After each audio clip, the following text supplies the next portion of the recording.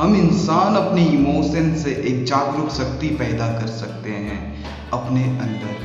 बस इतनी सी बात है कि सोच हमारी नेगेटिव नहीं होनी चाहिए। नमस्कार, मैं मंटू गिरी फिर से आप सबके साथ, आप सबके पास। जुड़े नहीं मेरे साथ तो अभी सब्सक्राइब करिए और नोटिफिकेशन बेल को क्लिक कर जाइए। हर दिन आऊंगा घंटी बजाकर और आपको प्रेरणा से भर जाऊंगा। तो चलिए प्रस्थान करते हैं। क्या है इमोशंस? इमोशंस हम कहते हैं हम दुखी हैं। अगर हम दुखी है और उस कारण से हम दूसरों के ऊपर दया, उसे प्यार की भावना से देखते हैं, उसे ठेस न पहुंचाने की कर्म करते हैं, तो ये दुख अच्छा है ना?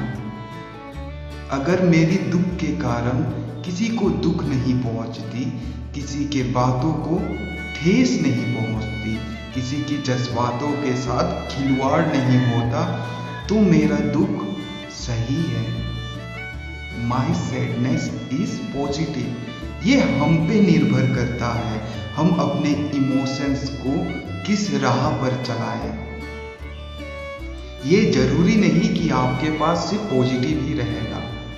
याद रखिए, एक बल्ब तभी जलता है जब उसमें दोनों तार नेगेटिव और पॉजिटिव एनर्जी लाते हैं। नेगेटिव एंड पॉजिटिव जब साथ हो तभी बल्ब रोशनी देती है। ये हम पे निर्भर करता है, अब हम किसे लेकर अपने साथ चलें।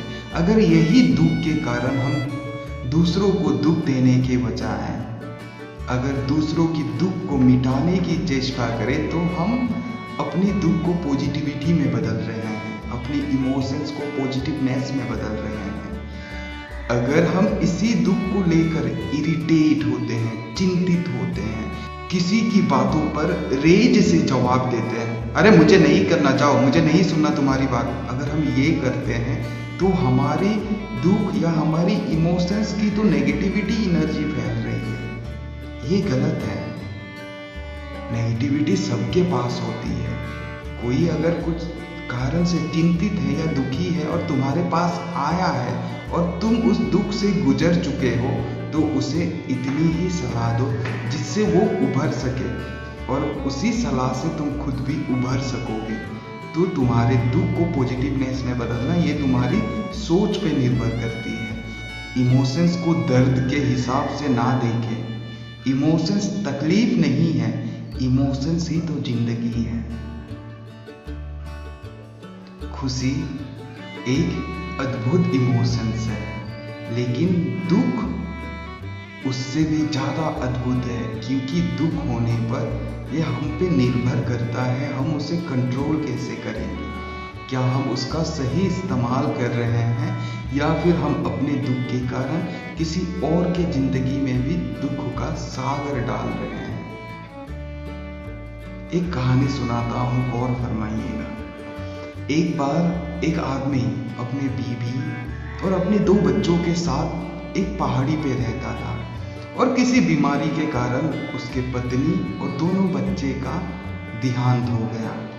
जब देहांत हो गया उसके पूरे परिवार का, वो आदमी टूट चुका था, बस बिखरने से बचा हुआ था। उसे जिंदगी का कोई मोह नहीं था, वो जीना ही नहीं चाहता था।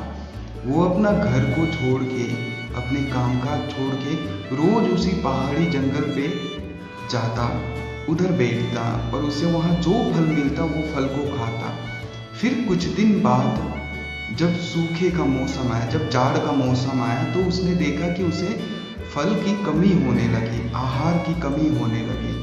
फिर उस दिन उसने निर्णय लिया कि अब वो इस पहाड़ पे हर तरीका का फल के बीज लगाएगा। वो बाजार जाता, जाड़े के महीने के फल को लेके आता और उसके बीज वहाँ पर लगाता और उसकी सिंचाई करता, खूब अच्छे से उसका देखभाल करता।